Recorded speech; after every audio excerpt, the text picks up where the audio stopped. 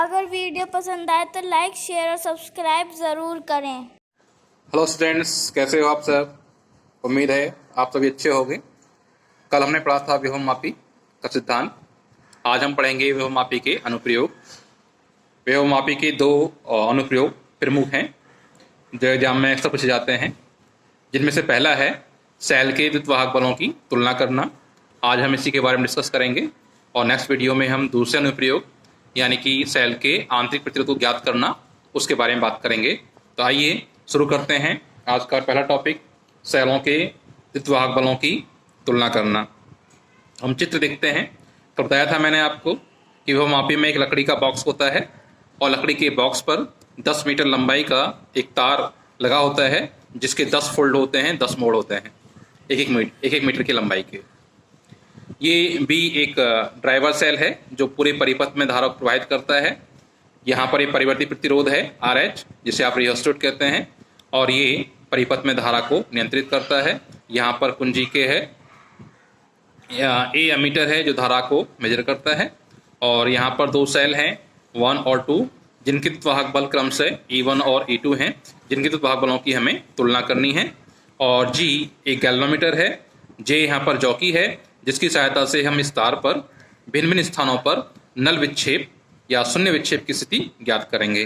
तो पहला क्वेश्चन हमारा ये है कि शून्य विक्षेप क्या होता है। तो शून्य विक्षेप वह स्थिति होती है कि जब गैल्वेनोमीटर में पाठ्यांक 0 हो जाए, उसे बोलेंगे हम शून्य विक्षेप।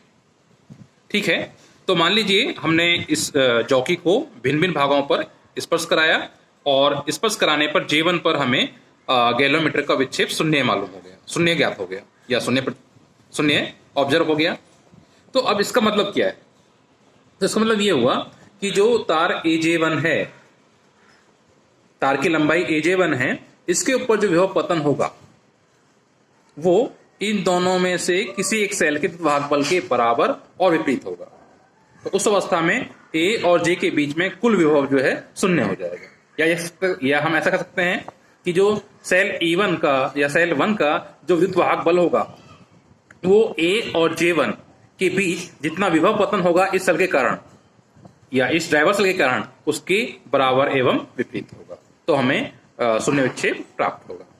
अब आइए हम चेक करते हैं पहले सेल 1 को कि सेल A1 के लिए हमें शून्य विक्षेप कहाँ प्राप्त होगा और कैसे प्राप्त होगा। तो हम इसके लिए जो हमारे पास द्विमार्गी कुंजी है ACD, इसमें हम सबसे पहले C को A से कनेक्ट कर देते हैं। जोड़ दिया तो C को A से जोड़ने पर जो सेल E1 है या सेल 1 है वो इस परिपथ के साथ जुड़ जाएगा या विभव मापी के साथ परिपथ में जुड़ जाएगा। अब हम गैल्वेनोमीटर में जो जॉकी लगी हुई है J, उसको हम इस तार पर भिन्न भिन्न स्थानों पर स्पर्श कराएंगे और ये देखेंगे कि गैल्वेनोमीटर में कहाँ पर पाठ्यांक शून्य मिल रहा है। मान लीजिए जब हमने जॉकी को भिन्न भिन्न स्थानों पर स्पर्श कराया तो इस पोजीशन पर यानी J1 पर हमें गैल्वेनोमीटर का पाठ्यांक 0 मिल गया। तो उस स्थिति को हम यहाँ पर स्केल की सहायता से मीट्रिक स्केल की सहायता से A और J1 के बीच की दूरी या लंबाई को मेजर कर लेंगे और मान लीजिए वो लंबाई कितनी है L1। और हमने कल पढ़ा था विभव मापी का सिद्धांत कि विभव पतन जो होता है वो लंबाई L के समानुपाती होता है। तो आप कंफ्यूज ना हो, यहाँ पर द्वित्ववाहक बल है तो यहाँ पर E1 समानुपाती L1 हो जाएगा। क्यों? क्योंकि जो द्वित्ववाहक बल है वो यहाँ पर उत्पन्न विभव के बराबर एवं विपरीत है। तो कंफ्यूजन नहीं होता कि यहाँ पर मैंने E1 V की जगह E1 क्यों लिख रखा है। क्यों लिखा है मैंने E1 V की जगह? क्योंकि A और J1 के बीच का जो विभव पतन है वो इस E1 के बराबर एवं विपरीत है, इसलिए मैंने V को E1 लिख दिया क्योंकि हमें E1 की तुलना करनी है। तो E1 समानुपाती L1, जब समानुपाती चिन्ह को हटाएंगे तो यहाँ पर एक नियतांक आ जाएगा E1 बराबर KL1। ये हो गया हमारे पास समीकरण फर्स्ट। अब हम सेल 1 को परिपथ से बाहर कर देंगे और सेल 2 को परिपथ के अंदर लेकर आएंगे। तो अब क्या करेंगे, हम C से जो एक कनेक्शन था उसे हम हटा देंगे और C को D को जोड़ देंगे। तो जो सेल 1 है वो विभव मापी के साथ परिपथ से बाहर हो जाएगा और E2 जो सेल 2 है वो विभव मापी के साथ परिपथ में जुड़ जाएगा। अब जो हमने पहले स्टेप में सेल 1 के लिए जो प्रोसेस किया था उसी प्रोसेस को यहाँ पर हम दोबारा रिपीट करेंगे। आइए हम सेल 2 के लिए, तो हमने क्या किया कि हमने C को D से कनेक्ट कर दिया, तो सेल 2 परिपथ में आ गया। अब हम जॉकी को तार AB के भिन्न भिन्न बिंदुओं पर टच कराएंगे और देखेंगे कहां पर गैल्वेनोमीटर का पाठ्यांक 0 हो रहा है। तो मान लीजिए सेल 2 के लिए पोजीशन J2 पर गैल्वेनोमीटर का पाठ्यांक 0 हो रहा है, तो हम इस स्थिति को मीटर स्केल की सहायता से माप लेंगे। तो ये हुआ AJ2 के बीच की लंबाई या दूरी, वो आ गई हमारे पास L2 सेंटीमीटर।